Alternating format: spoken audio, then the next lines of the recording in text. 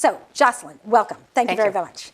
Why don't you start out by telling us a little bit about your career path from Stanford student to a director of engineering at Facebook? Boy, I could probably spend the entire lecture just answering this question. Well, when I was a student, I really had absolutely no idea what I wanted to do when I grew up. And I had majored in computer science because I loved programming. I loved the logic and the sort of analytical nature of it. But I didn't really have like a super clear idea of what being a software engineer was like, even after multiple summer internships. And so I joined, straight out of college, I joined a company called Trilogy that was based in Austin, Texas, mainly because Trilogy had a very different recruiting pitch than a lot of the other big software companies. Most of the software companies were saying things like, well, come work for us and just make software. And Trilogy was like, well, come work for us and do a little of this and a little of that, and we'll expose you to a lot of things.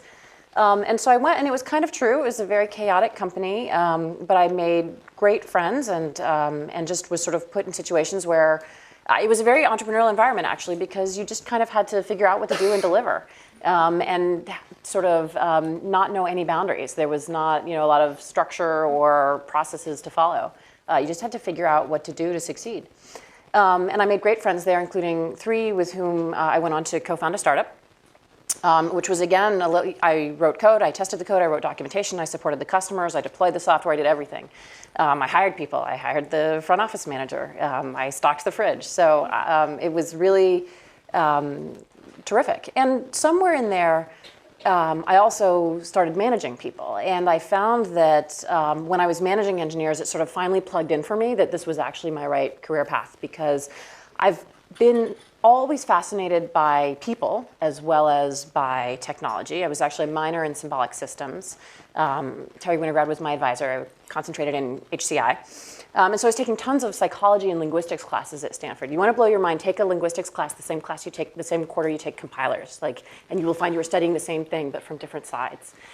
And so being a manager, I found, was a lot about social engineering, and it was a lot about understanding what made people tick and what made teams tick, and there were just really interesting, difficult structural and systems problems to solve of the human kind, as well as of the technology kind. So it was like, yes, at last, like every neuron in my brain is firing. And I'm also just motivated to bring my A game by other people, by my teammates, by my colleagues. The reason founding a startup was amazing was because, I was working 120-hour weeks. I was working crazy town.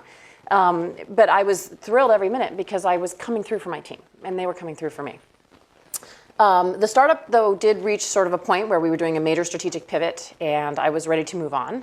And I was ready to come back to Silicon Valley. I also married a Stanford grad. We were another computer science major. And he and I had kind of made this pact that we would be in Austin for no more than 2 to 4 years, that as 2 Stanford CS grads who were obviously destined to be based in Silicon Valley. We had been in Texas for over 5 years at this point, with the startup. And so we decided to come back to California. And in California, I ran into a really good friend of mine from school, Jeremy Sugarman, who had joined a startup founded by one of our professors, by my OS professor, actually, Mendel. And it was called VMware. And I tried to hire Jeremy for my company. He wouldn't come. He went to Mendel's company instead. And so this was a couple of years later. VMware was now 350 people, still pretty small. I'd only pulled an A- in the OS class. I had been doing nothing related to operating systems since, but I said, what the heck? I went in to meet VMware. The recruiter told me, boy, if I had found your resume on my own, I would have thrown it in the trash can, basically, because you have no operating systems experience, and that's what I've been told to look for. But on Jeremy's recommendation, they talked to me, and we just clicked. So I joined VMware as a manager. I dusted off my operating systems textbook and remembered what Scatter-Gather was all about. And when I joined VMware, I kind of got on a rocket. VMware does not have maybe the consumer brand sex appeal of a Facebook or a Google, but they absolutely were doubling revenue and headcount every year, and they proceeded to do that for 4 or 5 years in a row. So I joined in 2003 when it was 350 people, and when I left in 2010, it was over 10,000. And I really grew up with VMware, and I still had that same quality of wanting to come through for my team and of taking no prisoners, of really just wanting to have the most impact I could have. And something that was really exciting about being at VMware was our customers were all geeks, and they loved us. They loved VMware. We were transformative for what they were trying to do. It was like science fiction because they could solve problems they couldn't solve without us. And so that was just an amazing feeling that we were building something that was changing how people worked and making their lives better. But as VMware grew to over 10,000 people, I guess my career rose. I should talk about the fact that when I joined VMware as a manager and I left as a vice president. But I never really thought, there was never a moment where I walked into my boss's office and said, where's my next promotion coming from? I was always just thinking about how do I have the most impact I can have on the company, on my team, on our users. And I think that by just trying to have impact, my career kind of took care of me. And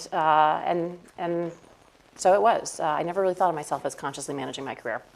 But I left VMware finally when it was over 10,000 people, and I decided I was ready for another really big shift, and I wanted to make the jump from enterprise to consumer. And where better to discover a consumer than Facebook? And I actually originally planned to go to a very small company, and I was not looking to join a company. Even then, Facebook was almost 2,000 people. I'd never voluntarily joined a company that big. I had joined companies that were a few hundred people or started my own. And so really kind of just talked to Facebook as a, really kind of just to get aware, to learn more about the space. And Facebook's head of engineering, Mike Schreffer, was a classmate of mine from Stanford too. He was fellow 97 grad, fellow section lead too.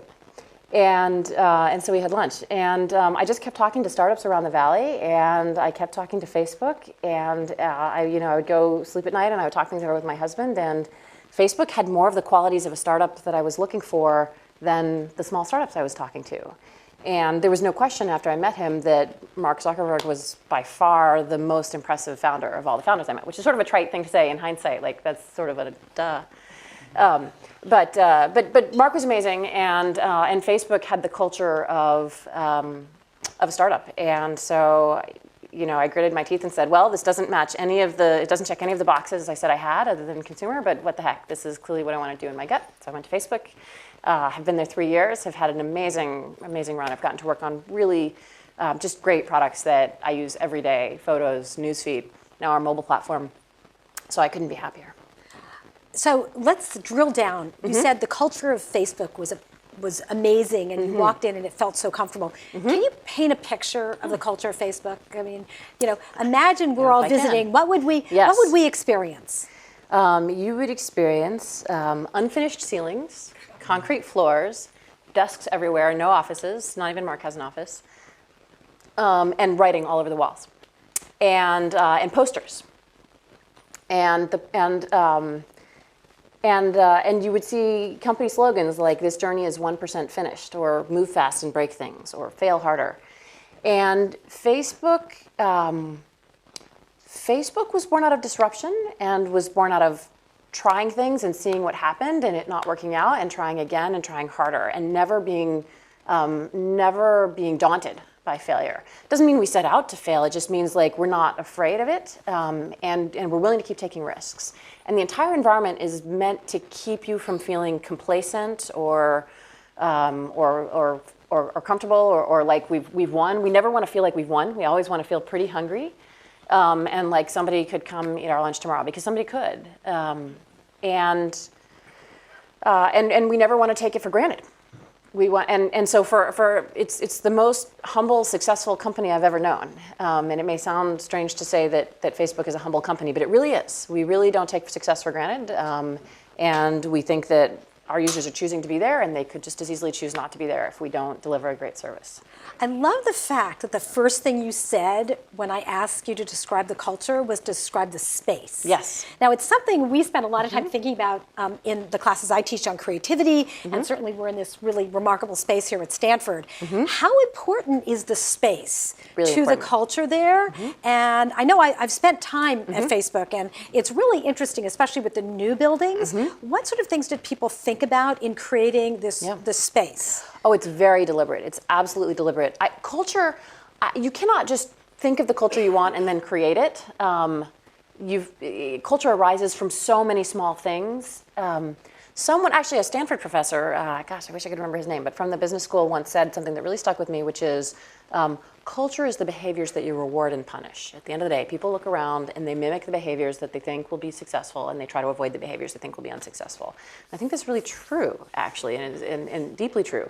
But you've also got to try to show people what behaviors you want and what behaviors you don't want. And the space is one of those things that just sort of sneaks right past all your sort of human defenses and cynicism and processing, and it just goes straight to the hindbrain and tells you, and you understand it on a gut level. Like when you walk on those concrete floors, you know, oh, we're not finished. We're not luxurious. We're not taking it for granted. Like we're scrappy. And the open space is another huge one. You guys are all, I think many of you are probably computer science majors. Hopefully you've all taken 106. If not, take 106 before you leave Stanford. It's the best opportunity of a lifetime. And you know, if you've programmed, that like you need focused attention, right? You need flow time. And you know that even small interruptions, like it takes you a long time to get back into the stream of things. And so the idea of having programmers sit out in open space at open desks with desks all around them and talking in conversation and foot traffic, that's controversial. For many years, it was the gold standard in Silicon Valley was to have offices. Engineers are housed in offices, preferably a single office, sometimes 2 people per office. That's what VMware did. And when we took over the campus from Sun, it was all offices. We told the builders to actually start by knocking down every wall that wasn't structural and make as big an empty space in the buildings as we could, and then we'd sort of fill it in from there. And why? Why was it so important to us that we would actually sacrifice engineer productivity, which is what we're doing, to have everybody out in the open space like that? It's not density. It's not to save money. Well, it's because one of the key values of Facebook is be open. It's what the product is for. The product is for sharing and communication. And that's also really fundamental to our DNA as a culture, too. It's actually that we expect every individual to be informed and in the know about what's going on, and that empowers you to make good decisions. And so we sort of set the expectation that everything's out in the open. Everybody's plugged in. Everybody's aware of what's going on. And then we put headphones in the vending machines and try to create lots of private spaces where people can hide and give everybody a laptop and have a pretty loose work-from-home policy. So we do everything we can to mitigate the productivity impact of that openness, but ultimately every time we have to choose, we choose openness. So what is the onboarding process? I mean, somebody gets hired, yes, and you can't just plug anyone right into this type of culture. What happens to take a normal person off the street, plug them in, and they become a Facebook employee? We call it boot camp, literally. It is a 6-week onboarding program. And in bootcamp, and everybody goes into it. I was a VP of engineering at VMware. I had not written code in 7 years. When I got to Facebook, they said, here's your desk, here's your laptop, here's your Unix account, and here's 5 bugs that are assigned to you to fix. And you spend your first 6 weeks at Facebook fixing bugs and implementing small features all over the site and attending lectures. You have a bootcamp mentor who is a full-time software engineer whose job is to help you. They'll help you get code reviews. They'll help you figure out what tasks to work on. And at the end of the 6 weeks, they'll help you find a team. And I think that bootcamp is such a good program for so many reasons. I actually give Facebook's introduction to culture for boot campers. One of the many great things bootcamp does is it builds empathy. Before you identify with a particular team, you identify with Facebook, and you fix code. And even if you walk in determined to do back-end services, we'll make you write some web code. We'll make you fix an issue on mobile. No matter what you're going to do, we're going to give you at least the tools to inspect, to investigate, to know about what's going on in other parts of the world. And it really sends the message we want to send, which is everything connects. All engineers are connected to one another. The Facebook employees is just another subset of the social graph. And so in bootcamp, you hook up your social graph to your first set of coworkers, who then spread out to the 4 corners of engineering and give you connections in every part of the company. But you know a little bit of something about everything after boot camp, and that's an incredible asset for a new hire. So for 6 weeks, you were just doing boot camp? Mm-hmm, that's right. So what are you looking for when people are coming to interview? I know that the standards are incredibly high, and it's one of the most attractive places to work in the world. How important is technical skills as well as other things like creativity and being able to work on teams? Yes. What are you looking for? The number one thing we're looking for in hiring a software engineer is the ability to write code, and is the ability to reason and to be analytical and to find mistakes and fix them quickly and to analyze the running time so that when you're later on building systems, you demonstrate that you have the potential to think about hard systems issues.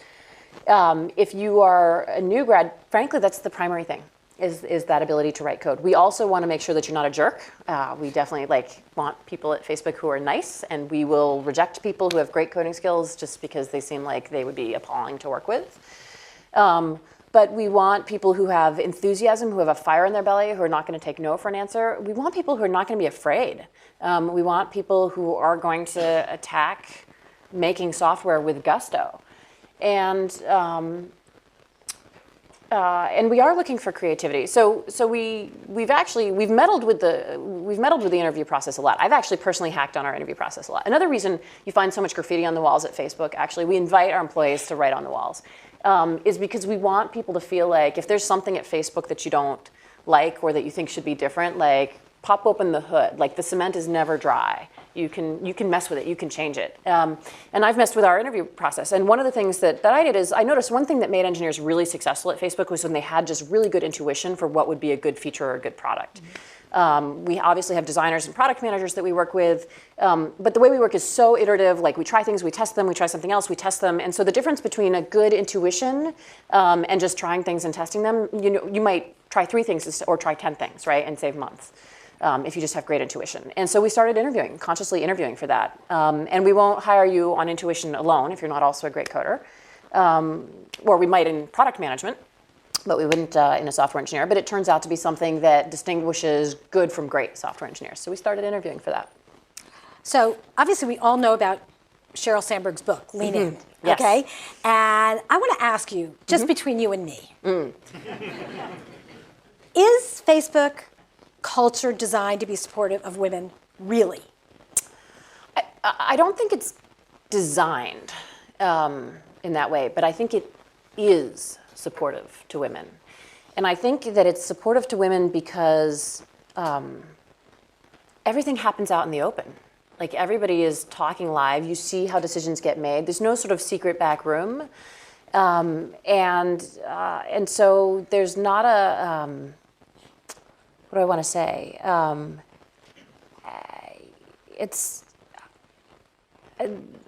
don't know. I don't know. I can't say I've ever worked in an environment that I found super unfriendly to women. So it's hard to contrast. But I just feel like at Facebook we're having the conversation much more, and we're also going out of our way to structure relationships and social bonds between the women in engineering. We're talking about it, and I think that's partly because Sheryl is there and is writing books like Lean In or giving her TED Talk.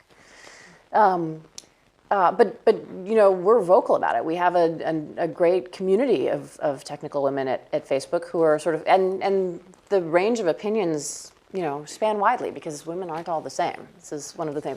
Men are always coming to me what should we do to make Facebook more friendly to women? I'm well, I'm devastated to tell you that women don't all want the same thing. We are not all and being friendly to women does not mean any one thing. But I think it is fundamentally a meritocratic environment. It's an environment where ideas win. It's an environment where code wins arguments. I found it an extremely great. But probably the best thing about it just is the fact that we are so open about having this conversation, and it's so welcome to talk about it. Whereas I think it was a little bit. It's just kind of taboo in a lot of places. You don't talk about it. If you bring it up, you're a whiner, right? And at Facebook, we talk about everything. So have you personally made any choices that have allowed you to have a very intense professional career and also to have a family? Have I made choices?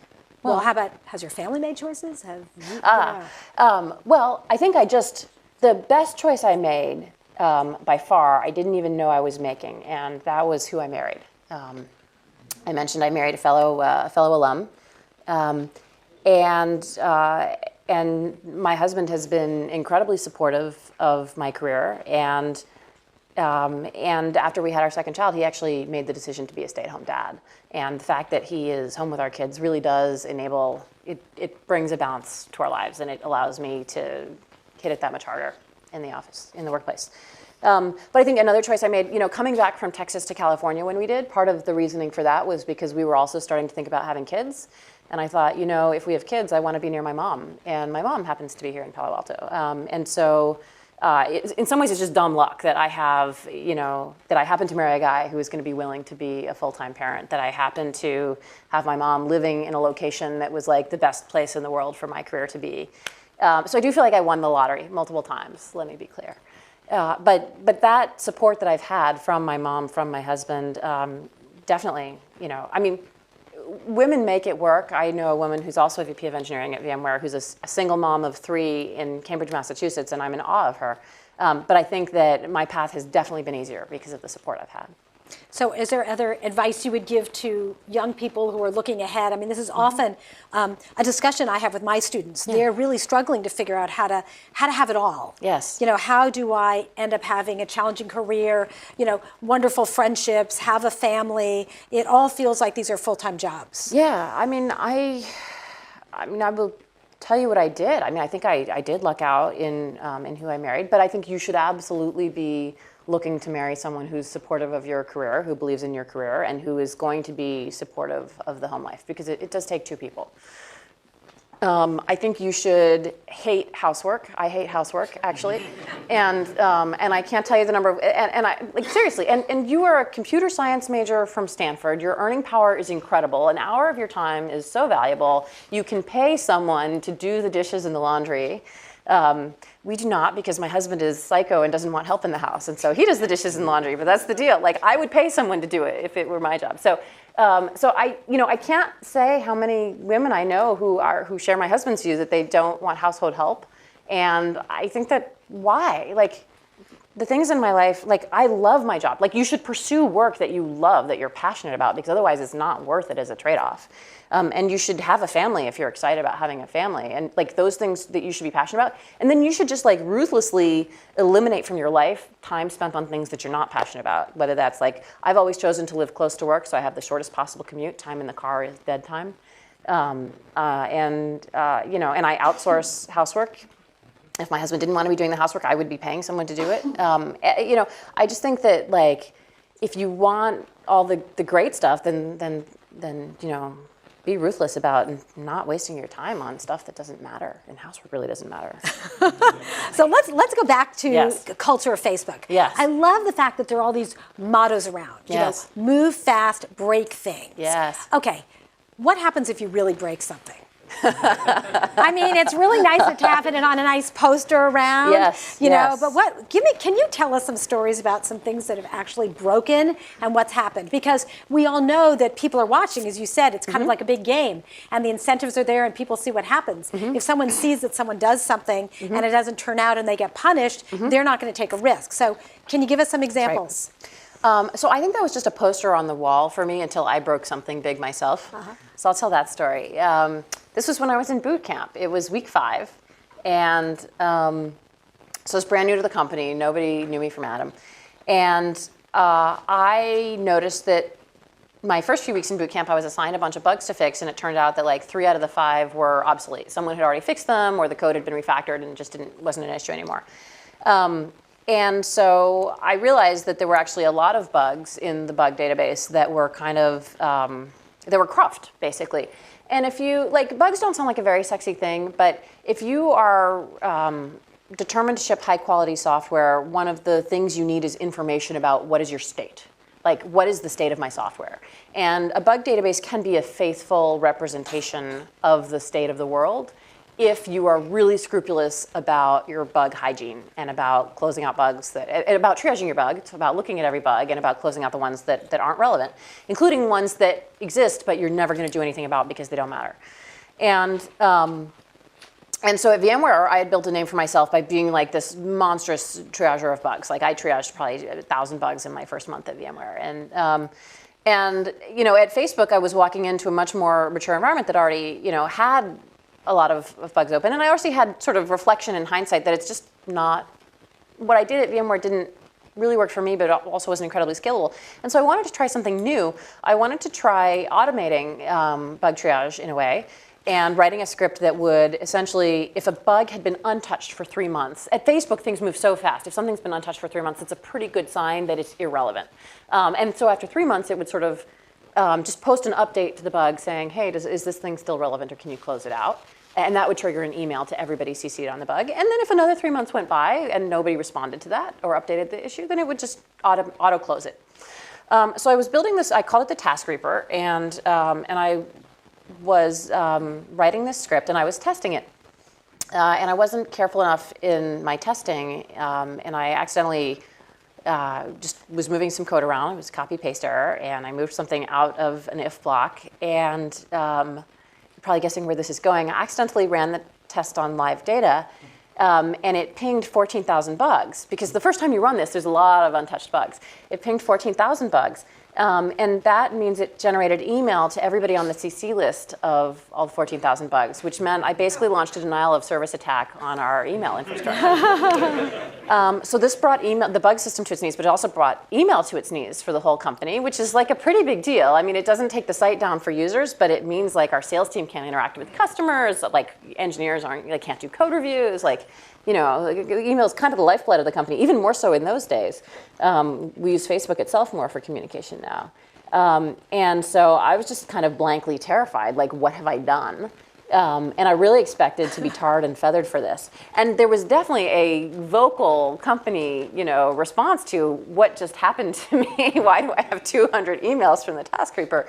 But what was really visible to me, two things were really striking to me.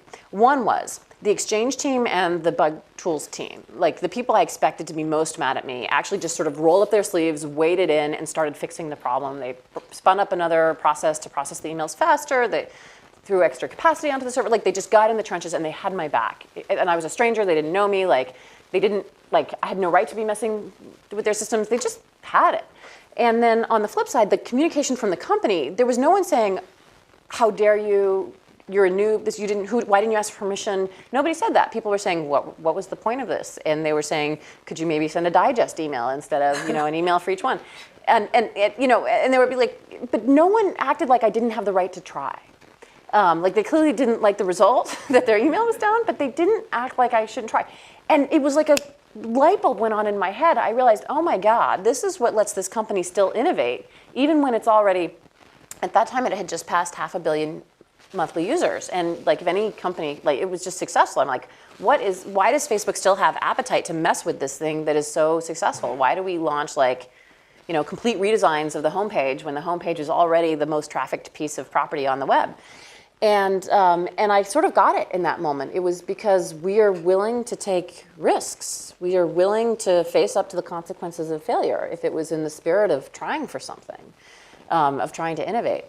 So that was just an amazing experience for me. And I think, it's not that, you can come to Facebook and be incompetent or do things wrong all the time. I mean, I think there's a lot of feedback and actions if that's happening.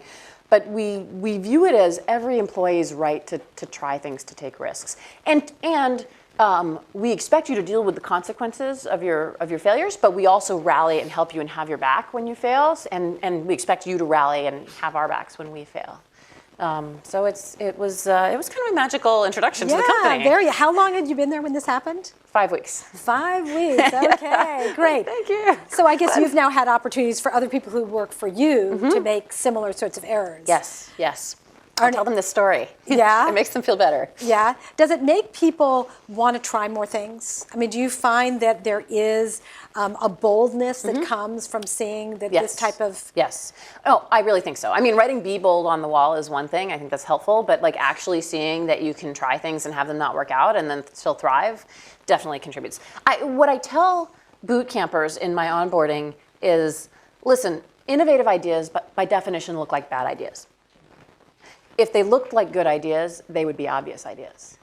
And so to be innovative, to be unobvious, something about them has to look stupid or dumb or impossible.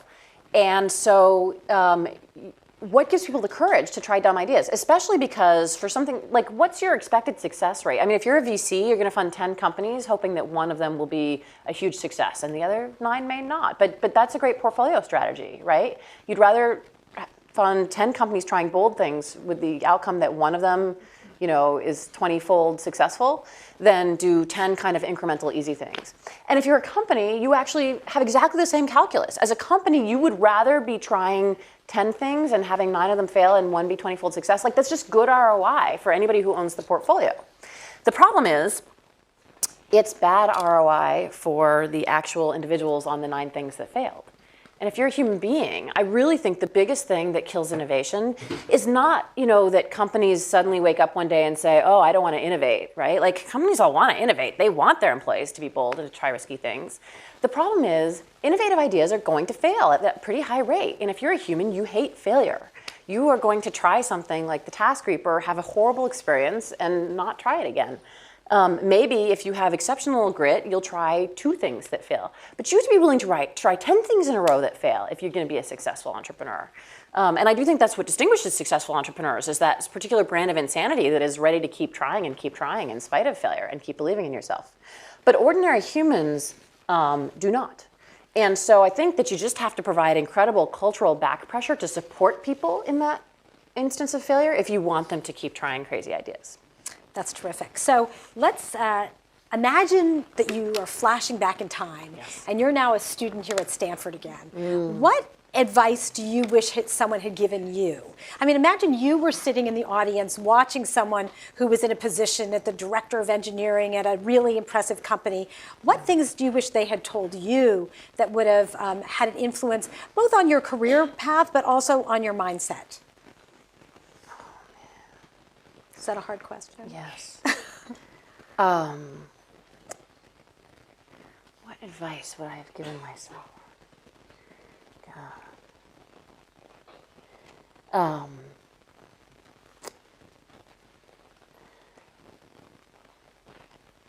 I think that, you hear this all the time, but be brave. Like, the world is your oyster. Like, you really don't have any bad choices right now. You cannot go wrong. Now's the time in your life to take a lot of risks. I think that I would have said, I wouldn't have listened, but I would have said, don't worry about what you're going to be when you grow up. Just be, and it will come and find you. I feel like, when I was in high school and college, so many people were like, follow your passion, follow your dream. And I was like, how do I find my passion? How do I find my dream? No one had particularly good advice for what to do to figure out what you're passionate about. And so I would say it's okay not to know. Just keep trying things, and you will find stuff that you are passionate about and excited about. I would have told myself not to be afraid of writing code for a living. I was afraid of that. I was afraid that other people would be better at it than me. I was afraid that I would be buried in detail and not get to be strategic and above the fray. And I learned over time that writing code is actually one of the most strategic things you can do. And every time I meet a college student who wants to skip being a software engineer and go straight into product management, I'm like, oh, it's not that you won't someday want to do those things, want to be a manager or a product manager or a designer, but you learn so much from writing code that the devil is truly in the details, the what is possible, the what is feasible, the systems thinking. Just embrace it, relish it. You may or may not, you may love it so much that you do it forever. You may not do it forever, but every minute you spend coding is going to make you 1,000 times better at being a manager or a product manager or anything else. That is better. Your time is better spent. Even if your goal is to do something else, your time is better spent writing code as preparation for it. If you want any career in software, any career, even CEO or sales or whatever it is. So I would not have been so anxious to sort of figure out what was after software or engineering. I would have spent I would have lived more in the now, I guess, or I would advise myself to live more in the now. I would have had trouble taking that advice. Well, that seems like a great segue to open up the questions to the audience. So who would like to start? Great. So I definitely like what you said about Facebook being flexible and kind of adaptable to handling failure and encouraging innovation. But where do you guys really draw the line between, when, okay, great job, you're doing bold things, you're making some mistakes, but that's fine, versus like, this is terrible, like you need to stop doing this. Like how do you guys distinguish between those? Because it's definitely a gray area in my perspective? The question is, where do you draw the line? It's one thing to say, you know, you encourage people to fail, but where do you say, okay, this is too much, dial it back? So I think that, first of all, there's some bright lines. I mean, there are things like ethical violations that will just get you walked out the door, right? So there are certain failures that are not, I tried something innovative and it didn't work out, but that are just like, I did something wrong, that are just wrong. So I think that when we think about sort of buoying people in the event of failure, we definitely think about helping them solve the problem. We try to actually encourage people to fail fast, right? Like, we don't want you to spend, like it's terrible to spend a year developing a product and it's the wrong product. It's much better if you spend a week or even a night at a hackathon, throw a prototype together, and we can see on face value, hey, this is not great, like, let's course correct, let's try something else. I think if the failures, you know, some of it is repetition too, right? If you make the same mistake over and over again, like, that's just a problem, right? If you're bringing the site down because of a careless error, that again wasn't because you had an idea and didn't, like, even my error was not like that the task scraper was a bad idea. My error was like, I failed at execution, right? Like, I made a mistake in how I was testing it. If somebody was making that same error over and over and over again and wasn't learning each time, right? That, like, life is feedback loops also, right? Like, you learn and grow by doing stuff and seeing what happens and taking the information and then trying it differently the next time. Like, life is iteration, life is spirals upwards. And so you got to be making different mistakes each time, not just repeating the same failure over and over again, I guess. Great. Yes. So you're obviously a very successful manager at VMware. That's why they made you manager. Then going back and now being an engineer, you also have the benefit of time. Mm-hmm. So where do you feel your talents are most suited? Towards the managerial side, towards the engineering side? And if Facebook wants to promote you to be a manager, do you go there or do you stay in engineering? Well, I am a manager at Facebook. So as a manager, I spent the first 6 weeks in boot camp. Just everybody does that, but I mostly manage at Facebook. But I will say, and I failed to repeat the question. The question was, is your time better spent as a manager or as an engineer, and how do you decide? I will say that at VMware at the end, so I was always in the engineering department, and I rose to head of engineering. And then in the last year and a half at VMware, we decided we were going to have a business unit structure. And so I became the general manager of desktop business unit instead of just the vice president of desktop engineering. And being a general manager meant that in addition to managing engineers, I also managed product managers, marketing people, I owned a P&L, and I visited lots of customers to help sell our products who were buying desktop products. And one thing I learned from that experience is I love building stuff for customers and talking to customers. I don't love selling to customers. And I consider myself a good manager, and I think I can manage people who aren't engineers, but at the end of the day, engineers are my people, and I love managing engineers better than managing marketing people. Because I think at heart, I want to make stuff. I want to create things. That's just what drives me. And even as a manager, I want to make teams that make stuff. And so that's what I love to do the most. Back there, yes. You talk about the decision-making process at Facebook and how that fits into the corporate culture. Let's talk about the decision-making process at Facebook and how it fits into the corporate culture. It really depends on the decision. I think that if you code, you know that you make decisions with every line of code that you write. And so Facebook is an environment that has the expectation that everybody's going to be making a lot of decisions. And so our job as a management team is actually to plug every individual into as much information as possible about what's going on so that everybody can make the very best decisions. It's a very distributed decision-making environment. And Facebook takes that a little bit, that sounds like pretty good. That sounds mom and apple pie, right? But Facebook takes it a little bit to an extreme in the sense of we've worked very, very hard to avoid, to give teams, small teams, a lot of autonomy to pursue their own destiny. And so we've kind of eliminated a few of the checks and balances that are more standard at other software companies. So you generally don't go to other teams, like as you get larger, more teams have a stake in what you're doing, but you generally don't go to other teams and ask their permission. You generally build stuff and test it, and then if that manifests as problems for someone else, then you work it out and fix it. And so I like to say it's a try-catch model of decision-making, not an if-then. And so that has, for the most part, served us very, very well because it means that just people operate a lot faster. We move a lot faster. And even if we're heading in the wrong direction, we figure that out and course correct faster. Can I just ask you, how involved is a senior management like Mark in decisions that are very granular? We know of companies that have a tremendous amount of tops-down control.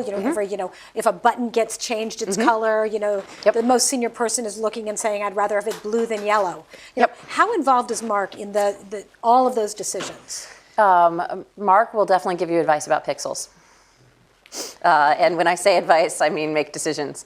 So Mark has organized the company so he can spend the bulk of his time on product and product strategy. And he has very able lieutenants that allow him to do that. And he basically has set up his calendar so that each day of the week has a theme, and the theme is one of the departments. So one day might be mobile, one day might be platform, one day might be, whatever. And then there will be a block of 4 hours, and just teams rotate through that block and just present stuff to him and talk stuff through with him. And it's amazing because he's probably the most gifted product thinker in the company and maybe in the Valley, maybe in the world. That's probably stretching it, but certainly in our space. So like having a half an hour of his time is just like amazing. But you do have to learn. Because he can operate at so many layers of abstraction at once. Like sometimes, he will say like, yeah, that's not going to work. I think we should try it this way. And you have to kind of unpack and figure out like, is it your CEO? Is he wearing his CEO hat when he's giving you that feedback? And that's because of strategy and how you're going to impinge on some other part of the product? Or is he wearing his designer hat or his PM hat, which is about how users are going to receive the feature or how it looks? And he will jump between those layers of abstraction, and you just have to try to follow him. I mean, and just make the most of it. Make the most of every second of his time that you get. So yes, he will be very involved, and he has structured his time to be involved.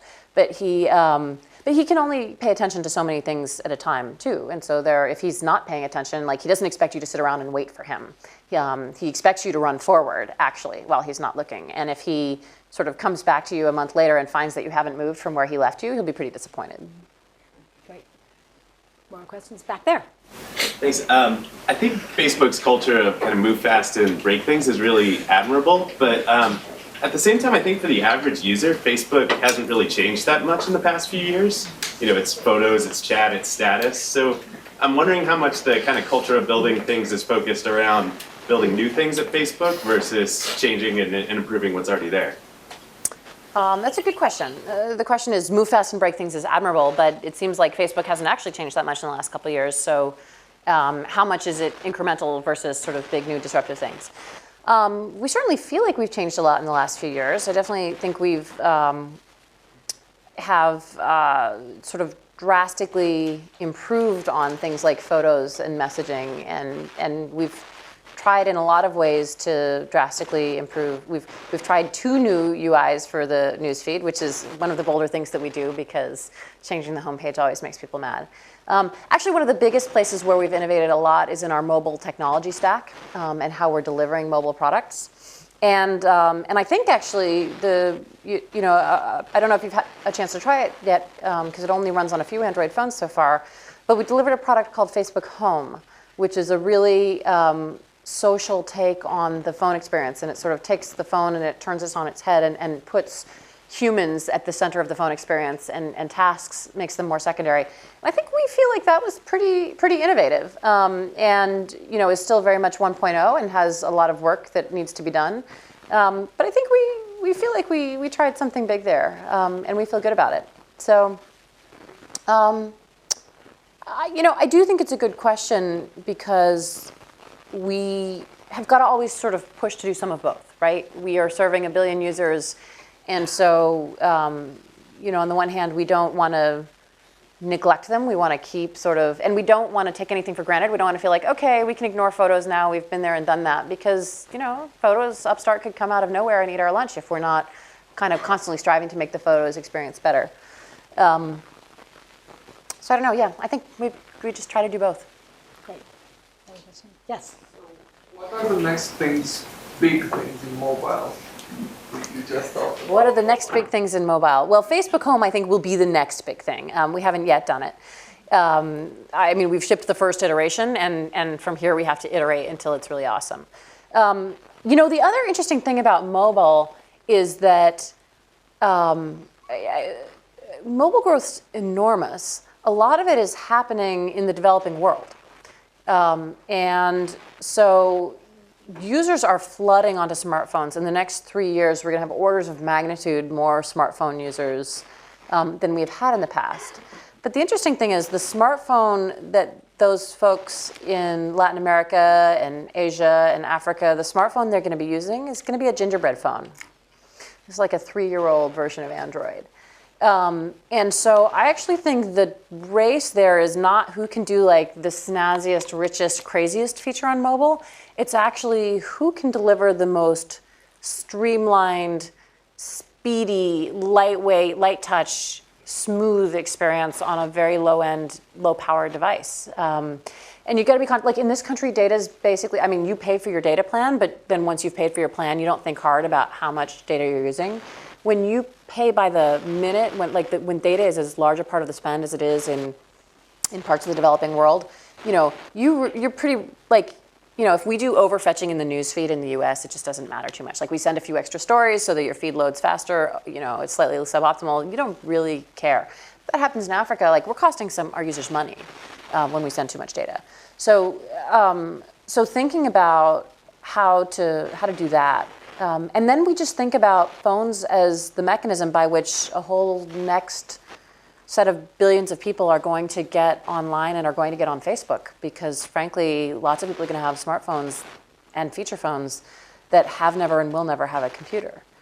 And so what does an entirely mobile-centric Facebook experience look like that isn't a second screen device, a second device in addition to your laptop? So those are the things we're thinking really hard about. Can I ask you a question about privacy? Yes. I'm sure nobody in this room cares about privacy, right?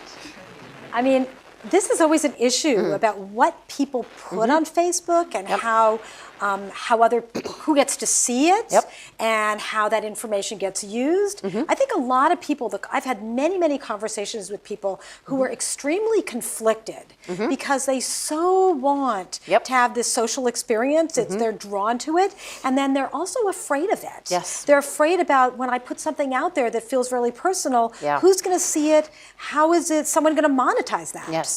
Can it be reshared? Exactly. Beyond what I want it. Yep. I think I don't want to say that's, I think it's really hard. I think there are no textbook answers. I actually think it's one of the most fascinating product challenges that Facebook has. And I think most other companies have not bellied up to that challenge fundamentally, right? Most of the products that we think of as social networking, like a Twitter or a Pinterest or even an Instagram, have an all public model. There is no privacy model. You go in knowing that whatever you put on there is public for all to see. And I think Facebook is different in that we are trying to create a private or a semi-private sharing model where you can control the audience. And that's like a really difficult thing to do. And it's very hard to hit the sweet spot between what will people understand, what's usable, what's easy. Every time we sort of try to dial up and give lots of privacy settings, we find ourselves in this quagmire where we've given users controls that they don't want or can't use or that paralyze them. And so I think that it's just a space where we need to continue to innovate. And I think others have tried innovating in the space, I think, and have figured out that it's not that Facebook is dumb or ill-intentioned. It's actually that this is really hard. So it's one of a very sort of fundamental hard design problem. How to help people understand the difference between audience and distribution, how to help people understand who sees what. And I think we've just got to keep trying. And I think to the extent we are successful, we create value for our users that they will see in the world. I will say I think sometimes it's overblown. We do surveys, a very large proportion of our users use the privacy settings. The idea that somehow the unwashed masses just don't know how to use Facebook and don't know how to use the privacy controls, that's actually meaningfully not true.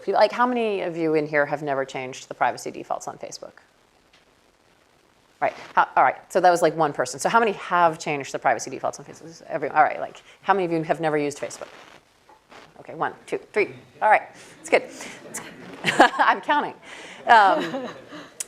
So I think there's your answer, right? Like I think actually people are quite savvy. They do care very much about privacy, and that means it's one of the most important features that we have, and it's one of the most important products that we have, and it's something where I think we're just not done innovating. But it's it's not that we aren't trying; it's that it's hard. Great. Back there. So how has the culture evolved or changed post-IPO? Question is, how has Facebook's culture changed since the IPO? And the answer, I think, surprisingly, is that it has not very much. This is actually my third IPO. The company I worked for in Texas went IPO. VMware, of course, went IPO while I was there, sort of twice, actually. And now Facebook. And I think the difference, and the IPO caused real change at those earlier two companies, and not so much at Facebook. I think part of it is that Facebook was simply larger and more mature. I think Facebook's really pretty unique in how long we waited to go public. And so we were pretty gelled as a culture, as an organization, as an executive team. I think that honestly, there had been, because of that long wait, there had also been a number of opportunities for employees to sell equity on the private equity market. And so there were a set of people who already had great wealth from Facebook equity. And so it wasn't like sort of overnight people started phoning in. And I also think actually we have optimized for hiring people who, are not there for the paycheck. I mean, it's a company that handsomely compensates people, but we're trying to hire people who really care about what they're building and who are at Facebook for the opportunity to touch 1 billion people and to make stuff for them. And we get to keep doing that, and that hasn't changed. I want to say the milestone of hitting 1 billion users actually got as big or bigger hoopla than the IPO itself. So I think we were really worried about that, and actually it's been kind of not that big a deal. Yes. Facebook's engineering is very centered in Silicon Valley, especially compared to other companies that have local engineering centers around the world. So what's Facebook's approach to kind of Silicon Valley or central engineering versus having local development centers around the world, especially regarding proliferation of Facebook's culture, which is a strong component? What's Facebook's question is, what's Facebook's approach to regional development centers? We're very Silicon Valley centric, especially in contrast to other tech companies. This is true. We have only 3 other engineering offices outside of the Bay Area, one in Seattle, one in New York, and one in London. The New York and London ones are pretty new. And we are looking to grow those, all 4 of those sites. But I would definitely say that we would rather have a few large sites than many small sites. It is very clear to us that working across long distances, geographic distances, is just hard. Because making software is fundamentally a team sport. There is no software of significance ever that has been built by a single person acting alone. Facebook itself, Mark enlisted his roommates within a week, right? And so and this is one of the areas in which college will kind of mislead you, actually, because you're taking a lot of these CS classes where it's actually cheating to get help from somebody else, and then in real life, what we expect you to do is get help from other people. And it's really hard to collaborate with someone who you can't look in the eye to resolve a dispute or just a miscommunication. And it is really, really hard to communicate with someone who is in a distant time zone from you, where your overlapping hours of awakeness are not that many. So Seattle was our first remote office, and we deliberately, it's the training wheels of remote offices, all right? It's like exact same time zone, and it's like a 2-hour flight, so you can get up there for a day trip if you have to. And that's our strategy is basically to go slow, to travel a lot between offices, to throw lots of money at all the parts you can throw money at, like having really good VC equipment that's readily available. But we just want to see it be super successful first in the places we're at. What we don't ever want to do is have an office in a region for the sake of saving money. We will just never hire an engineer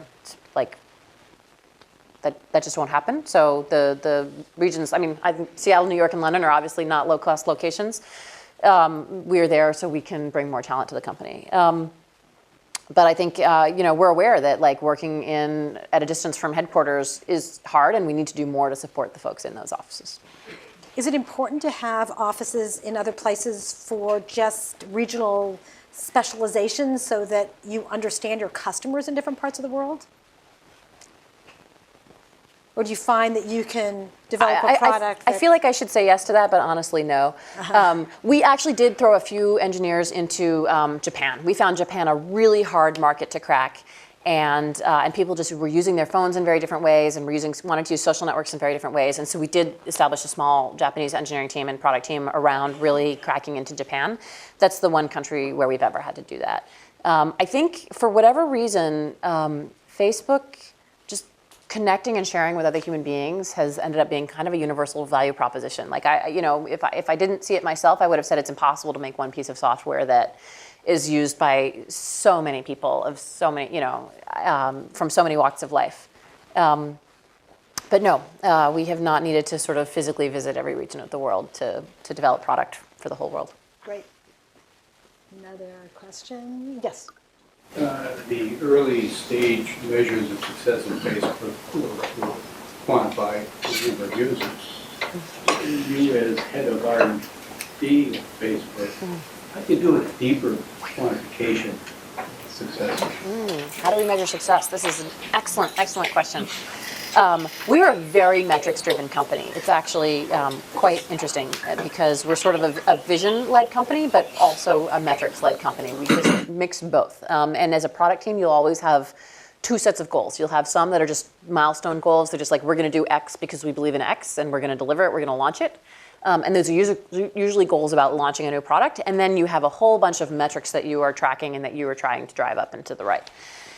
And it very much depends on the product. So, Facebook as a whole used to measure monthly active users. Now we're measuring, now we pay more close attention to things like daily active users, or a metric that's even harder, which is L6 of 7, which is a term we made up, which measures how many people are coming back to Facebook at least 6 out of 7 days of the week. And that's an actually even more difficult number to reach than daily active users. It's a smaller number than daily active users, but still a large absolute number. And then it breaks up team by team. So the photos team will have goals. We've had different types of goals. We've had goals around volume of photo tags or volume of photos. We have goals around the number of people, participation rate, the number of daily active or weekly active people uploading photos per uploaders. Messaging similarly has goals along those lines, participation rate. We're probably more interested in reaching spread than volume per user. I'm more interested in 40 people uploading a photo each than I am in one person uploading 40 photos. But it differs at different points in time. Newsfeed, we spend a lot of time thinking about clicks, likes, and comments as measures of engagement. And we also measure time spent. That's a big one for us. On mobile, we're looking at more quality measures. We're looking at things like crash rate, memory consumption, star ratings in the Play Store and the App Store. And but I will say that a lot of the time when it comes back to decision making about product features, we're very often more metrics-led than I think outsiders realize. A lot of the times when we're trying to decide to go one way or another and you sort of sit out there and scratch your head and go, Facebook, why did you do that? It's because we tested both options on our users and we figured out which one drove the metrics up more. And we have this very interesting philosophical debate inside Facebook often, which is how do we know we're really doing the right thing for users? And I think that one thing we do deeply believe is that ultimately we can't be too didactic. We have to be a little humble about how people use to choose the site. And if people use the site to share funny cat videos, then it's not quite our place to sit in judgment on that and to decide that that's bad, but baby announcements are good, or definitely probably people in this room would say baby announcements are bad and funny cat videos are good. College students maybe have different values, but I think that at the end of the day, we look ourselves in the eyes and say more people spending more time on the site means we're creating more value for our users. And if we're not doing that, then we're failing our users. And if we are doing that, then we're probably doing right by them. And that makes certain things tricky, especially when we get really conflicting, like when on the one hand, like your gut or your intuition or even what people say with their words is telling you, go this way. And then where people are spending time on the site is going a different way. And I think you've got to kind of let go of your ego and say the users actually are not children, they're operating in their own best interests.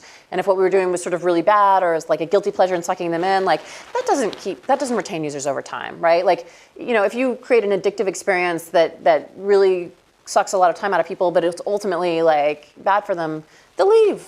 They won't stay with you. Like I really think people are adults. And so I think, you know, if we were out to sort of, you know, create experiences, when we create experiences that are bad for our users, it's very visible. They stop coming back. They spend less time. They leave. And so, you know, we really, you know, I think we really have every incentive in the world to just deliver a lot of value to our users. And at the end of the day, the fact that we can measure it, the fact that we can see, hey, I shipped this feature or I fixed these crashes and now users are able to spend more time. Like you get that very. It's like a hit. It's like you did something great for them, and you can see it in the numbers. I'm sure you'll agree that this was absolutely fascinating. Please join me in thanking Jocelyn.